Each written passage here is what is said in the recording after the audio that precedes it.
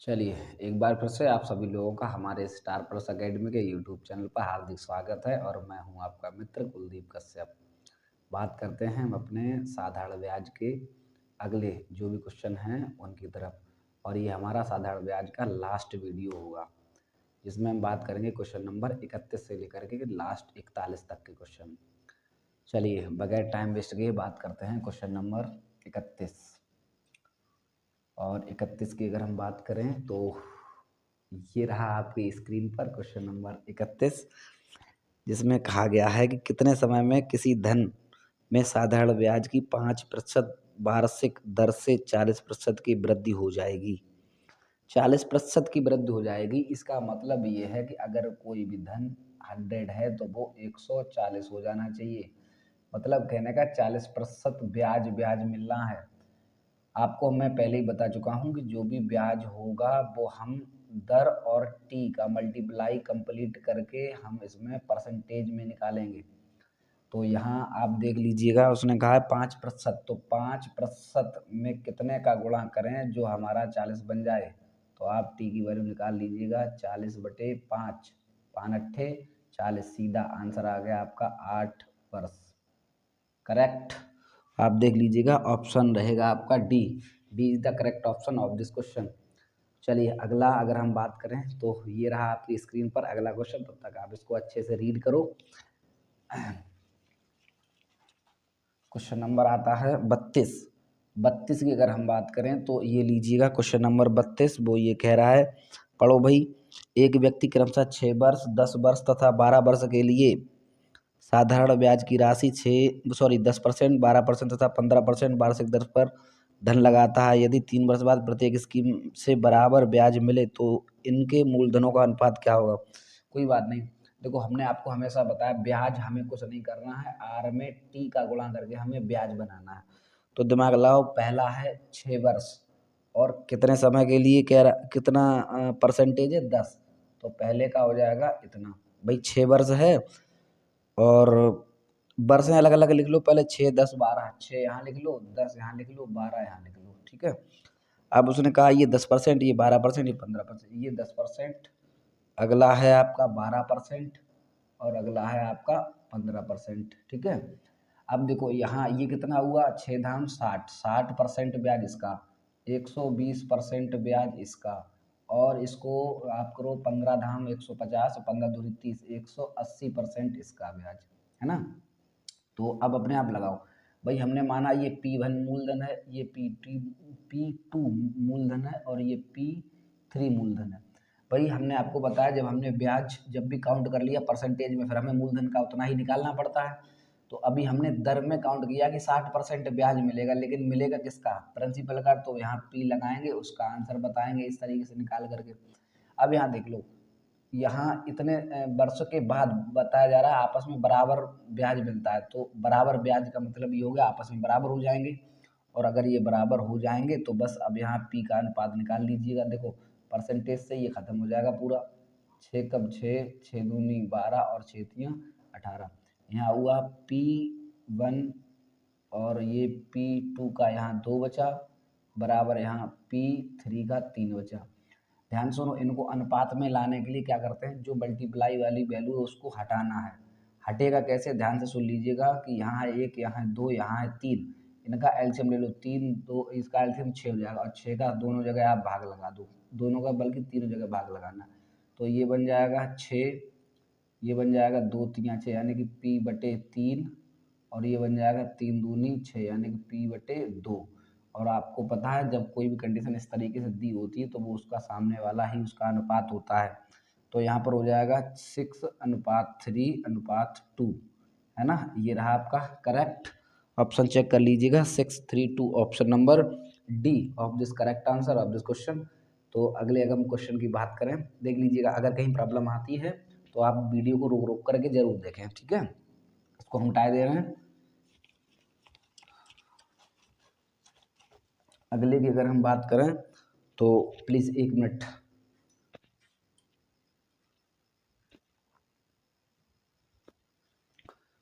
चलिए, welcome back. और बात कर रहे थे हम लोग 33 नंबर क्वेश्चन की। तो 33 नंबर की अगर हम बात करें तो ये रहा आपकी स्क्रीन पर क्वेश्चन नंबर 33। तो 33 को जरा पढ़ो भाई। एक व्यक्ति 10,000 रुपये के एक भाग को 5% तथा दूसरे भाग को 6% वार्षिक दर पर निवेशित करता है। यदि 5% पर निवेशित राशि 6% पर निवेशित राशि से प्रतिवर्ष 76 रुपये 50 पैसे अधिक ब्याज दे तो 6% पर निवेशित राशि कितनी है। देखो ये क्वेश्चन बहुत ज़्यादा अच्छा है। इसका आप कहीं भी आप सोर्सेज देख लीजिएगा, यूट्यूब हो या फिर आपका किताब का हो, उसमें टोटल एक्स मेथड। मैं यहाँ एक्स मेथड की बात ही नहीं कर रहा हूँ। सबसे अच्छा बिंदास मेथड, आप इसको बहुत अच्छे समझो। देखो अगर मैं यहाँ कहता हूँ भाई एक है 5% पर और एक है 6% पर, तो ज़्यादा ये है भाई दर के हिसाब से, तो इसको ब्याज ज़्यादा देना चाहिए था, लेकिन ब्याज इसने ज़्यादा दिया 5% वाली ने। इसका मतलब यहाँ जो अमाउंट लगा होगा भाई प्रिंसिपल, मैंने यहाँ ए माना, यहाँ बी माना, यहाँ जो लगा है वो इसका मतलब इससे ज़्यादा लगा है। ये क्लियर हुआ। अब देखो इसका, अब भाई प्रिंसिपल का 5% और इसका 6%, ये ब्याज निकाल दिया। इन ब्याज का अंतर उसने दिया है 76.50 पैसे। क्लियर। यहाँ से आप एक समीकरण बनाओ। देखो दशमलव बाहर ले लो, ये बनेगा 5a माइनस 6b। ओके, दशमलव बाहर लोगे बटे में जाएगा और बटे वाला उधर कैंची गुणा कर दोगे तो ये 7650 बन जाएगा। ठीक, इसको डाल दो आप समीकरण फर्स्ट। आपने अगर इसको डाल दिया, अब देखो ए और बी जो भी धनराशि है आपकी वो 10,000 में ही से तो लगाएंगे, टोटल उसने 10,000 दिया है। इसका मतलब जो है ए और बी अगर जोड़ दें तो 10,000 बनना चाहिए। तो आपका एक समीकरण यहाँ बनकर तैयार हो गया, ए प्लस बी बराबर 10,000। और ये रहा समीकरण 2। अब कुछ नहीं बचा, इनसे सॉल्व कर लो। देखो इसको बराबर करना, तो यहाँ 6 है तो यहाँ 6 लाना पड़ेगा। कोई चाहे इसको काट लो चाहे इसको काट लो। यहाँ आपका क्या करें, समीकरण 2 में 6 का गुणा कर दो तो ये हो जाएगा 60,000, ये हो जाएगा 6b और ये हो जाएगा 6a। इससे ये खत्म हो गया पूरा। अब अगर हम बात करें, एक मिनट भाई,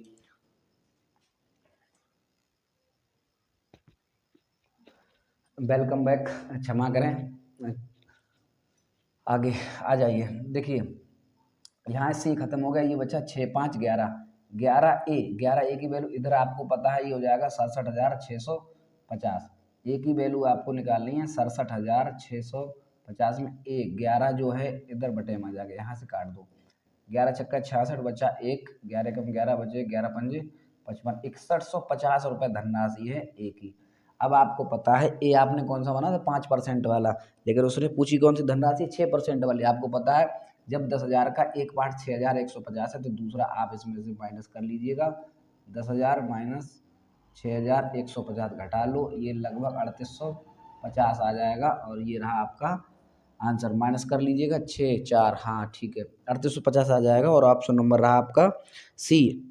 सी ऑप्शन करेक्ट रहेगा इस क्वेश्चन के लिए। चलिए इसको बहुत अच्छे से देखो, सबसे बिंदास मेथड है ये। अगला अगर हम बात करें क्वेश्चन नंबर 34 की, और ये रहा आपकी स्क्रीन पर क्वेश्चन नंबर 34, इसको ध्यान से देखिए।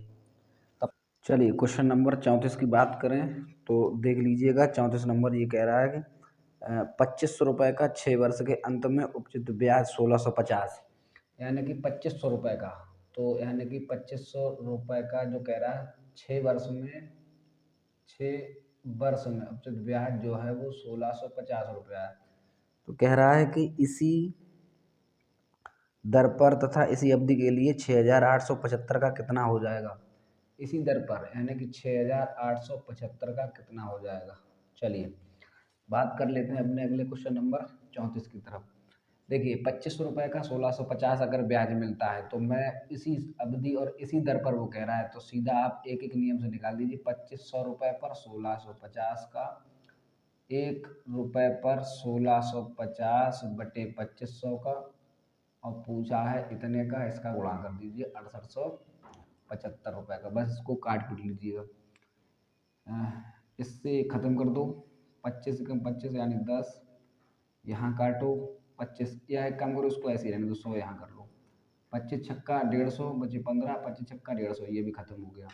इसको काटो 25 चौकू 100, और यहाँ से आप इसको काट सकते हैं 25 दूनी 50, बचा कितना 18, 187 हो गया। 25 सत्ते 175, 7 5 12, 125 हो गया। 25 पंजे 125, इससे 2 दूनी 4 और ये 2 तियाँ 6, 2 तियाँ 6। बस इसको सॉल्व कर लो, 275 गुणे 33 डिवाइड बाई 2। आप इसको सॉल्व करके काट पीट लो, 4537.50 पैसे, यानी कि ये आपका ब्याज आ जाएगा 6,875 रुपये का। ओके, चलिए बात करते हैं अपने अगले क्वेश्चन की तरफ। Question number 35। तो ये रहा आपकी स्क्रीन पर क्वेश्चन नंबर 35। तब तक आप इसको रीड कीजिएगा, पढ़िए।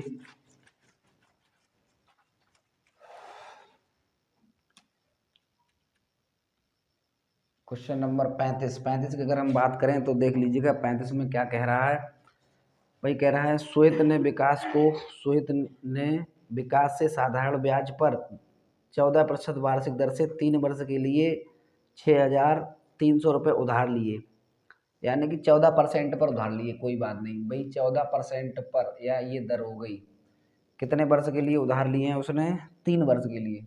तो समय दिया है, समय जो है वो आपका 3 वर्ष है। 3 वर्ष के लिए उधार लिया गया। ठीक, कितना रुपए उधार लिया? 6,300 रुपये, यानी कि 6300 रुपये टोटल प्रिंसिपल है। अब वो कह रहा है कि इसमें कुछ धनराशि मिला करके 16% वार्षिक दर पर साधारण ब्याज पर उधार दे दी। इसी सारे लेन देन पर श्वेत को 618 रुपये का लाभ होता है। उसने मोहित को कितनी धनराशि उधार दी? मतलब इसमें कुछ धनराशि उसने और जोड़ दी। भाई इतने रुपए उसने किसी दूसरे व्यक्ति से उधार लिए, इसमें कुछ धनराशि और जोड़ करके इसको 16% पर उठा दिया उसने, ये दर दे दी 16% पर। और इस तरीके से टोटल जो लाभ होता है, लाभ वो 618 रुपये है। कितना है? 618। अब अगर ये 618 रुपये है तो आप अपने आप दिमाग लगाइए। देखिए, अगर कुछ धनराशि ना जोड़ता, यही धनराशि दूसरे व्यक्ति को अगर उधार दे देता, तब भी तो 2% इसको ब्याज एक्स्ट्रा मिलता। 14% पर उसने लिया था, 16% पर उठा दिया। तो 2% जो है 3 वर्ष के लिए लगा रहा, 2% 3 वर्ष के लिए लगा रहा, तो ब्याज 6% मिल गया।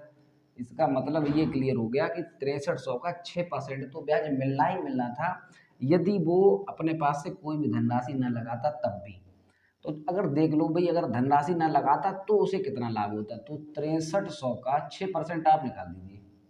6%, इससे खत्म कर दो। 6×18, हाँ से 36 और 1 37, यानी कि 337 रुपये उसको तब भी मिलते अगर वो कोई भी धनराशि अपने पास से ना लगाता, केवल यही धनराशि दूसरे को 16% पर उठा देता। लेकिन वो कह रहा है 618 का फायदा होता। इसका मतलब क्या हुआ? 618 का फायदा हुआ, तो जितने ज़्यादा फायदा हुआ है वो धनराशि उसी ने दी होगी जो उसने अपने पास से अलग लगाई है। अब आप यहाँ से देख लीजिएगा, 0 और यहाँ बचा आपका 11, 11 7 4 11 यानी 4 आ गया। यहाँ कितना बचा भाई? 5, यानी 240।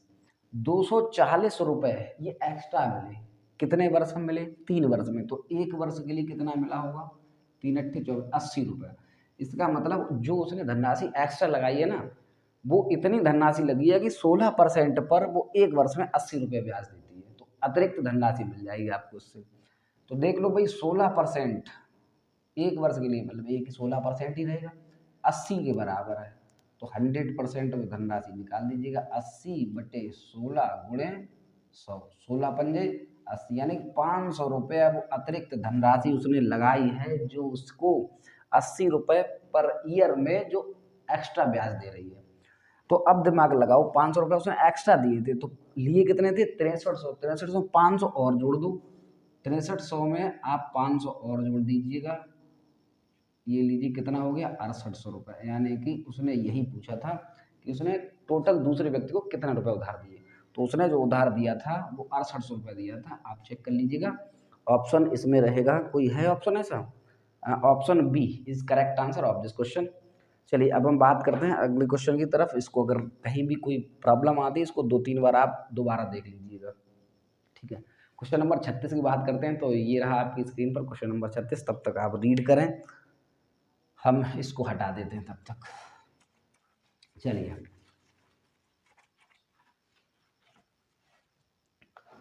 क्वेश्चन नंबर 36 की बात करें तो भाई 36 क्या कह रहा है, देख लीजिएगा। 36 में ये कहा गया है कि श्री वर्मा 14,500 रुपये की राशि 6 वर्ष में, कोई बात नहीं, 14,500 रुपये की ये राशि है, प्रिंसिपल है। समय दिया है 6 वर्ष। समय कितना दिया है? 6 वर्ष, ठीक है। यानी कि 14,500 रुपये की राशि 6 वर्ष के लिए साधारण ब्याज पर निवेश करते हैं। ब्याज की किस दर से उन्हें 21,460 मिलेंगे। मतलब दर पूछिए 21,460। भाई कौन सी वो दर होगी जिस दर पर उन्हें जो अमाउंट मिलेगा वो 21,460, 21,460 ही है। 21,460 करेक्ट। अब दिमाग लगाओ भाई, अमाउंट है तो अमाउंट का मतलब ये होगा कि जो प्रिंसिपल है वो भी इसमें ऐड है। तो आप क्या करें, पहले प्रिंसिपल इसमें से हटा दीजिएगा। तो 14,500 में से इसको हटा दो, क्या बचेगा 0, 6 और यहाँ 14 यानी 9 बचा, यहाँ 20 यानी 6, 6,960 रुपया ये वो है जो ब्याज है। क्या है ये ब्याज, कितने वर्षों में मिला, ये 6 वर्ष में। तो 1 वर्ष का निकाल लो, तो 6 वर्ष के इसमें भाग लगा दो। 6 कम 6, 6 कम 6 बचा 36 और सॉरी 6 कम 6 36 और 1 0, यानी कितना आ गया, ये आपका आ गया 1160 रुपया। 1160 रुपया 1 वर्ष में मिला किस धनराशि पर, 14,500 पर, और गुणे 100, काट लो इसको, इससे खत्म इससे खत्म। इसको लगाओ भाई 500 ज़्यादा हो जाएगा, कम हो जाएगा, 500 ही रहेगा। 6 पंजा 30, या तो 6 मिल सकता है या 8 मिल सकता है। तो 6 से कर दो तो 600 लगभग 1,000 के आसपास ही रहेगा। 8 का देखो, 8 पंजे 40, 4 8 चौक 32 और 4 36 का मतलब सीधा कट गया, 8 बार जा रहा है। ठीक, आप भाग लगा लें 1160 में 145 का 8 आ जाएगा। ठीक, और यही आपका रहा आंसर करेक्ट। इसमें देखो कोई है ऑप्शन ऐसा, ऑप्शन आपका रहा कौन सा था, 36 नंबर, क्वेश्चन नंबर 36। तो डी ऑप्शन करेक्ट है इसका। चलिए अगला हम क्वेश्चन की बात करें तो क्वेश्चन नंबर 37 रहा। तो ये रहा आपकी स्क्रीन पर क्वेश्चन नंबर 37। तब तक आप पढ़ें क्वेश्चन नंबर 37 को।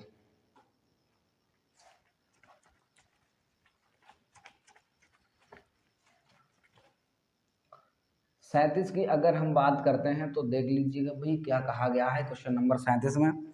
37 में कहा जा रहा है एक महाजन एक ग्रामीण को 4,000 3 वर्षों के लिए उधार देता है। ठीक है, 4,000 रुपये को। भाई प्रिंसिपल कितना है, 4,000 रुपया जो है वो किसी ग्रामीण को उधार दिया गया। ठीक, कह रहा है कि धरना इस पर इसका कुछ भाग साधारण ब्याज की दर 10%, यानी एक है 10% पर और दूसरा कुछ हिस्सा बता रहा है 12% पर। कोई बात नहीं, कह रहा है 3 वर्ष के अंत में, टाइम दिया है 3 वर्ष, 3 वर्ष के अंत में कुल धनराशि 5,350 रुपये, अमाउंट जो है वापस करता है 5,350 रुपये, 5,350 रुपये। तो कह रहा है 12% वाली धनराशि क्या है, 12% वाली धनराशि, ये वाली धनराशि पूछिए। देखो दिमाग अपने आप लगाओ, कुछ नहीं करना है भाई। ये 4,000 था, 3 वर्ष में लगा रहा 2 टुकड़ों में, एक 10% पर एक 12% पर। अमाउंट टोटल 3 वर्ष में बनकर इतना तैयार हो गया 5,350। भाई ये अमाउंट है, हमें चाहिए ब्याज, तो ब्याज पहले आप निकालो, 4,000 इसमें से घटा दो, कितना बचा 1,350। 1,350 रुपये जो मिला वो कितने वर्ष में मिला भाई, 3 वर्ष में। 3 का भाग लगाओ फटाक से, 1 वर्ष का निकाल दो जल्दी से। तो 3 का भाग लगाओ उसमें, 3 चौक 12 बचा, एक 3 पंजे 15, 450 रुपये आ गया 1 वर्ष का।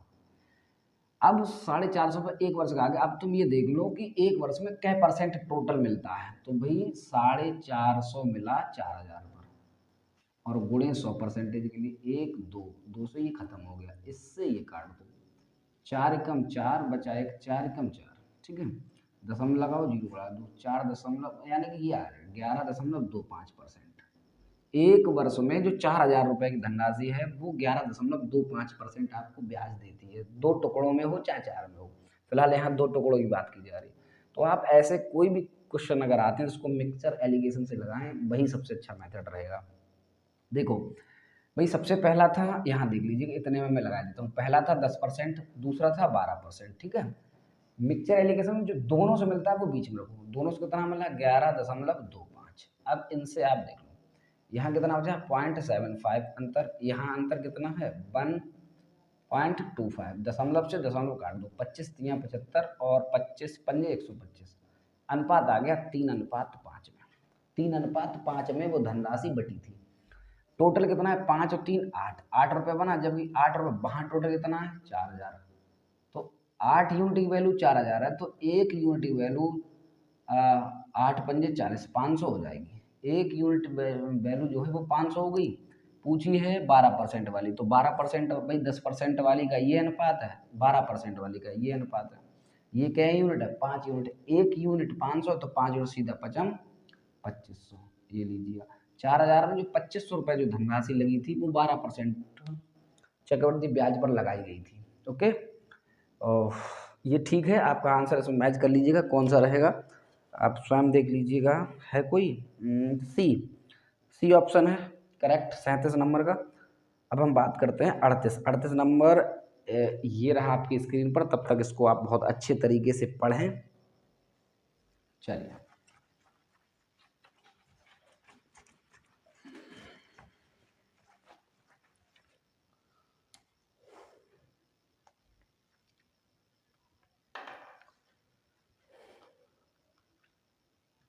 पढ़ लीजिएगा, अगला क्वेश्चन जो भी है, बस एक मिनट इंक डाल लेते हैं।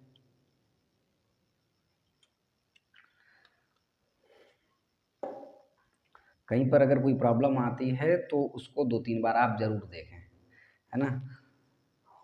ऑफलाइन चल रहा है, ऑफलाइन ये मान लीजिएगा रिकॉर्डिंग ही है, इसमें हम आपका फेस देख कर को बता नहीं सकते, यहाँ तो अकेले ही हैं।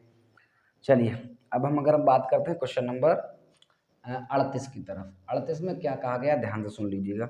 38 में कह रहा साधारण ब्याज की 4% वार्षिक दर से 4 वर्ष देह 848 रुपये का ऋण। अच्छा इंस्टॉलमेंट वाला कोई बात नहीं, जो चुकाना है वो लिख लो आप सीधा 148 रुपये, इतना पे करना है, यानी कि आपको चुकाना है 848 रुपये। दर यहाँ लिख लीजिएगा 4% है, ठीक है। और क्या कह रहा है, 4 वर्षों में, टी बराबर दिया है 4 वर्ष। ओके, तो पूछ रहा है इंस्टॉलमेंट प्रतिवर्ष वार्षिक भुगतान क्या होगा। देखो कभी भी अगर सिंपल इंटरेस्ट का इंस्टॉलमेंट वाला क्वेश्चन मिलता है तो आपको करना क्या है, दिमाग लगाइए। 4 वर्ष तक जाना है, दर है 4%। आपको पता है कि भाई अगर पहले वर्ष का 100 तो पहले वर्ष में तो कोई ब्याज लगना ही लगना नहीं, तो पहले वर्ष की किस्त ही 400 रुपये होगी। अगले वर्ष में वही 100 वाली 104 बन जाएगी, तीसरे वर्ष में वही 100 वाली 108 बन जाएगी, और चौथे वर्ष में वही 100 वाली 112 रुपये बन जाएगी। यानी कि अगर आप पहले साल में दे देते तो 12 में काम चल जाएगा, दूसरी साल देते तो 104 रुपये देने पड़ेंगे, तीसरी साल देते तो 108 रुपये देने पड़ेंगे, और चौथी साल देते तो 112 रुपये देने पड़ेंगे 100 रुपये को चुकाने के लिए। अब देखो, अब ये 4 वर्ष का था, इसको आप जोड़ लीजिएगा 424। इसका मतलब मुझे ये पता लग गया कि अगर 424 मुझे चुकाने हैं तो किस्त बनेगी 100 की। कितने किस्त बनेगी, 100 की। आप यहाँ लिख लीजिएगा कि 424 चुकाने के लिए किस्त बन रही है 100 की। 1 रुपये चुकाने के लिए किस्त कितने बनेगी, 100/424 की। आपसे पूछा है 848 चुकाना है, तो आप गुणा कर दीजिएगा 848 का, सीधा 424 दूनी 848 और 100 दूनी 200। आपका पर ईयर जो वार्षिक भुगतान होगा वो 200 रुपये का होगा। ओके, अगला जो भी है आप इसी तरीके से ही करें, ये बेस्ट मेथड रहेगा आपका। अगला अगर हम बात करते हैं क्वेश्चन नंबर 39 की, तो ये रहा आपकी स्क्रीन पर, बहुत अच्छे से देख लीजिएगा क्वेश्चन नंबर 39। चलिए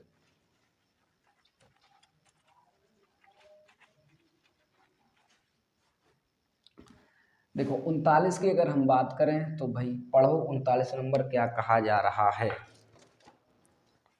39 ए को कह रहा है बी ने 1.5 वर्ष बाद, बी के 1.5 वर्ष बाद इतने, 1.5 वर्ष बाद मतलब 1.5 वर्ष बाद कितने 1573 रुपये हैं 1.5 वर्ष बाद, 1/1/2 ईयर।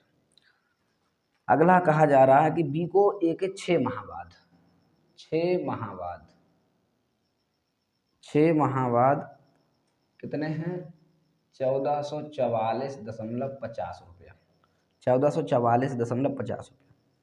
दर जो आर है वो दोनों केसों में 14% है। कह रहा है वार्षिक दर 14% वार्षिक हो तो, तथा अभी एक दूसरे के कर्ज का निपटारा करना हो तो किसको कितने रुपए देने पड़ेंगे। कोई बात नहीं, दिमाग लगाओ, ये इस समय का है, इतने भुगतान करने हैं, 14% है तो भाई इसका देखिए आप 1.5 वर्ष में मैंने क्या बताया था, ब्याज जो भी मैं काउंट करूंगा वो परसेंटेज में काउंट करूंगा, तो वर्षों का आप दर से गुणा कर दीजिए, ब्याज बन जाएगा। यहाँ वर्ष कितनी 1.5, अब मैं ऐसे लिख लूँ 1.5 को, आर है 14%, इसका गुणा कर लो ये आ जाएगा 21, तो 21% तो ब्याज इसका बन गया, ब्याज बन गया 21%। इसकी बात करें तो 6 माह आधा कर दो 7% इसका ब्याज बन गया। अब आप दिमाग लगाइए, ये ब्याज इंक्लूड है इस धनराशि में, इसमें भी इंक्लूडेड है, मतलब यानी कि ऐड है, आप ऐसे मान के चलिए। 7% ब्याज इसमें जुड़ा है, 21% इसमें जुड़ा है, तो आप 100% निकाल लीजिएगा क्योंकि आपको प्रिंसिपल चाहिए। तो यहाँ देख लीजिएगा, अगर ये 21% ब्याज है तो प्रिंसिपल हमेशा 100% बताया हमने, तो यहाँ टोटल अमाउंट कितना हो गया 121%, और 121% की वैल्यू कितनी दी है 1573 रुपया। 100% की आपको चाहिए तो कुछ नहीं करना, 1573 में 121 का भाग लगा दो और 100 का गुणा कर दो। क्लियर है यहाँ तक? हाँ, यहाँ काट लीजिए, देखो कितना जा रहा है यहाँ आपका 100 10 बार करोगे तो 1200 ही रह जाएगा। 15 तक पहुँचना है तो लास्ट में 3 आना है, तो 13 ही हो सकता है। 13 कम 13, 13 तो 26 हो सकता है, यानी सीधा 13 बार जा रहा है। 13 बार जा रहा है, 13 गुणा 100 में कर दो, आंसर आ गया 1300। भाई 1300 रुपये तो पहले वाले के हैं, ठीक, जो भी है उसमें आप मैच कर लीजिए पहला कौन है। अगले अगर हम बात करें तो 7% ये है, तो टोटल 107% हो गया, और 107% की वैल्यू कितनी दी है 1444 रुपया 50 पैसे। तो 1% कितनी हो जाएगी, और 100% निकालने के लिए 100 का गुणा करना है। अब इसको नीचे ले आओ, 2 जीरो आप यहाँ लाओ, इनसे ये खत्म हो जाएंगे। यहाँ कितना बचेगा 1444 बटे 107। अब इसको काटो, देखो कितना आया, हाँ इतना ही बचा 1444, और हाँ 50 और आएगा यहाँ इतना, और आपका रहा नीचे 107। अब इसको भाई काटो, कितना जा रहा है 100 का अगर भाग लगाते तो यहाँ आएगा 1444 रुपये हो जाएगा, लेकिन ये 107 है, इसका मतलब 1444 से कुछ रुपए कम है। अब ये कितने कम है ये कैसे आप पता करेंगे, देखो 7 का भाग लग रहा है, 7 का अगर भाग लगाते हैं तो भाई आप इसमें खुद लगा लें, किसी भी तरीके से कैसे करके काटते हैं इसको लगा लीजिए, ये 1350 आ जाएगा, यानी 135 बार जाना ही जाना है। ये कैसे जाना, मैंने 5 सत्ते 35, 5 आ रहा है यूपीडी से, यूनिट प्लेस डिजिट से मैंने चेक किया कि भाई यहाँ 5 का गुणा करेंगे तभी 5 आएगा, ठीक है। तो ये 135 बार जाएगा, एक जीरो लिख देना, यानी कि 1350 रुपये इसको देने हैं। अगर 1350 इसको देने तो दिमाग खुद लगाओ, भाई उसके हैं 1300, इसके हैं 1350, तो 50 रुपये एक्स्ट्रा हैं, और 50 रुपये एक्स्ट्रा हैं तो इसका मतलब किसको देने पड़ेंगे, बी के हैं, किसको पूछा है, बी को पूछा है या ए को पूछा है, हाँ 50 रुपये जो है वो कह रहा है, तो किसको कितने रुपए देने पड़ेंगे, तो इसका मतलब बी को 50 रुपये देने पड़ेंगे। बी को कितने रुपए देने पड़ेंगे 50, आपका ऑप्शन देख लीजिएगा जो भी होगा इसमें। तो नेक्स्ट क्वेश्चन की अगर हम बात करते हैं तो ये रहा आपकी स्क्रीन पर क्वेश्चन नंबर 40। रीड करो तब तक बढ़िया से एकदम बिंदास तरीके से। क्वेश्चन नंबर 40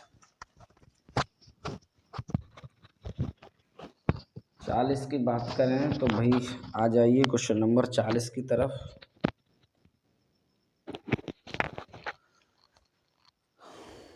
40 क्वेश्चन नंबर 40 जो है, अरे भाई लग जाओ, क्या बात है, अब ठीक है।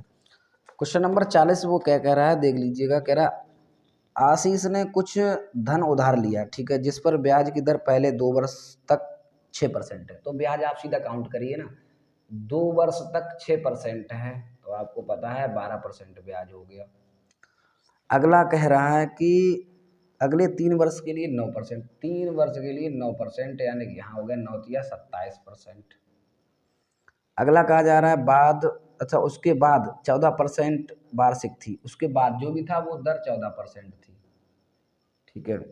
कहा जा रहा है 9 वर्ष के बाद उसे कुल ब्याज, 9 वर्ष यानी 3 तो 5 वर्ष हुए तो 4 वर्ष यहाँ लगा होगा, 14 जो कुछ 56% यहाँ ब्याज मिला। अब कह रहा है कि 11,400 रुपये उसको टोटल ब्याज के रूप में मिला, 11,400 रुपये। तो बस क्या कह रहा है मूलधन बताइए, कोई बात नहीं, देखो यहाँ 11,400 रुपये में मिला, यहाँ परसेंटेज हमने कितना काउंट किया भाई, 6 2 8 7 2 14 और 1 15 हासिल, 1 5 2 7 और 2 9, 95, 95% हो गया, 5 हाँ ठीक है 95% ब्याज हो गया, जबकि यहाँ इतना है, तो 95% की तो वैल्यू दी है इसने, 1% की आप निकाल दो, 95 बटे में आ जाएगा, और 100% आपको चाहिए क्योंकि 100% प्रिंसिपल होना ही होना। काट दो, 19 पन्ना 95, 19 छक्का 114, 6 इससे ही खत्म कर दो, 20 हुआ, ऊपर कितना बचा 600 गुणे 20, यहाँ कितना 6 दूनी 12 और 3 जीरो उठा के रख दो, ये रहा आपका आंसर, खत्म। क्वेश्चन नंबर 40 आंसर आपका 12,000 मैच कर लीजिएगा जो भी होगा 12,000। हाँ ऑप्शन तो है, option A is the correct इसका दिया गया है। लास्ट क्वेश्चन की तरफ चलते हैं और आज हमारा सिंपल इंटरेस्ट लगभग कंप्लीटली खत्म हो जाएगा। चलो आइए क्वेश्चन नंबर 41 ये रहा आपकी स्क्रीन पर, देख लीजिएगा क्या कह रहा है, रीड करो भाई इसको बहुत अच्छे तरीके से। कह रहा है यदि समान वार्षिक दर से समान समय के लिए x रुपए का साधारण ब्याज, भाई प्रिंसिपल दिया है इसने x रुपए, 41 नंबर क्वेश्चन है, प्रिंसिपल दिया है x रुपए, ये समझ लो। कह रहा है यदि समान वार्षिक दर से r, कोई बात नहीं r बराबर r ही ले लो, r बराबर r ले ली। कह रहा है समान समय के लिए तो t बराबर भी t ले लो, t वर्ष, ठीक है कोई बात नहीं। उसके बाद कह रहा है साधारण ब्याज 22 रुपये है, साधारण ब्याज सिंपल इंटरेस्ट जो है वो 22 रुपये आया, कोई बात नहीं। कह रहा है 22 का साधारण ब्याज तथा 22 का साधारण ब्याज, अगला प्रिंसिपल और दिया है 22 रुपये अगर साधारण ब्याज पर लगाते हैं तो ब्याज जो है इसका जेड आता है, जेड रुपये इसका ब्याज आता है। तो निम्न में से कौन सा समीकरण सही है, कोई बात नहीं। देखो दोनों केसों में टी और आर बराबर है, इस केस में हम फॉर्मूला का यूज करेंगे साधारण ब्याज बराबर NSI बराबर PRT/100, ये रहना है। इसमें हम यूज करेंगे SI बराबर PRT/100। देखो अब हम बात करते हैं यहाँ ब्याज कितना था 22 रुपये, P कितना था x रुपये, R था, T था और बटे 100। इसमें देखो यहाँ ब्याज था जेड रुपये और P था 22 रुपये, R है, T है, डिवाइड बाई 100। देखो इस समीकरण को 1, इस समीकरण को 2 मान लो। इसमें और इसमें ध्यान से सुनना, R और T केवल कॉमन पार्ट रहेगा, R और T और कोई कॉमन नहीं। तो यहाँ से RT बराबर निकाल लो, RT बराबर निकालोगे तो ये चला जाएगा 100 के पास में 22, ये गुणा में ये आ जाएगा बटे में। ऐसे ही यहाँ निकालो R और T बराबर में, तो ये चला जाएगा 100 और Z और ये गुणा में है वो चला आएगा बटे में। देखो RT यहाँ भी वैल्यू दी, RT यहाँ भी वैल्यू दी, ये दोनों बराबर हैं RT, तो इसके सामने रख दो तो 100 बटे x बराबर कर दो 100Z बटे y, 100 से 100 खत्म कर दो, इसका कैंची गुणा कर दो, ये हो जाएगा XZ बटे y स्क्वायर, XZ बटे y स्क्वायर। यहाँ से ये समीकरण देख लीजिएगा, XZ बराबर y स्क्वायर, कोई है ऐसा समीकरण XZ बटे y स्क्वायर, बटे क्यों सॉरी मल्टीप्लाई में रहा, तो इसमें आपका 41 नंबर का ऑप्शन दिया है डी करेक्ट है। इसमें कुछ नहीं था, केवल आपको मान कर उसके सामने रखना था, ठीक है। तो हमें उम्मीद है हमारी इस वीडियो को आप पसंद करेंगे, कोशिश कीजिएगा बहुत अच्छे से इसको समझने का प्रयास करें। अगर कहीं पर भी कोई भी क्वेश्चन आपको समझ में नहीं आता है तो कमेंट बॉक्स में उसको ज़रूर लिख के बताएं, जिससे हम अपनी आगामी वीडियो में कुछ ना कुछ इम्प्रूवमेंट कर सकें, कुछ सुधार कर सकें। तो चलिए ओके, थैंक्स।